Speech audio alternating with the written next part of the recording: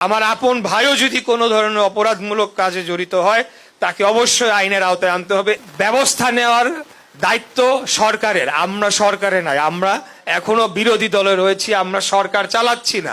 আমরা যে ঘটনাটি দেখেছি মিটফোর্ডে একটা বিভৎস এবং বর্বরচিত একটি হত্যাকাণ্ড সংঘটিত হয়েছে, যা মধ্যযুগীয় বর্বরতাকেও হার মানায়।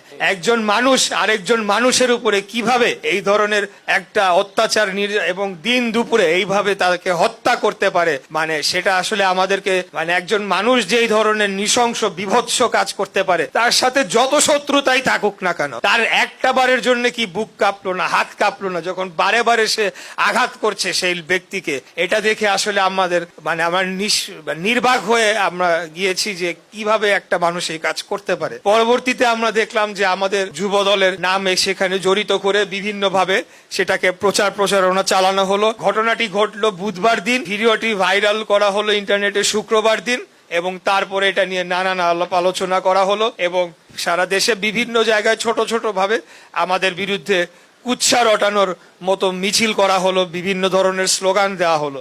তো আমরা মনে করি এটা একটা পরিকল্পিত একটা ঘটনা হয়েছে।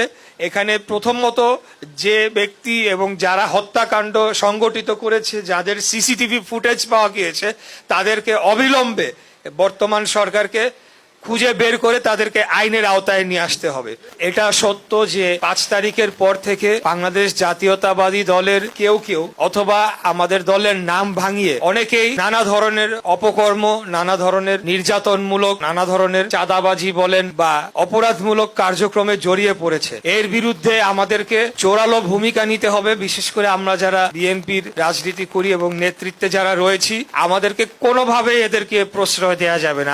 এদেরকে খুঁজে বের করে একজন করে খুঁজে বের করে তাদেরকে নিবৃত্ত করতে হবে এবং তাদেরকে আইনের আওতায় তুলে দিতে হবে এবং তাদেরকে বিচারের সম্মুখীন করতে হবে।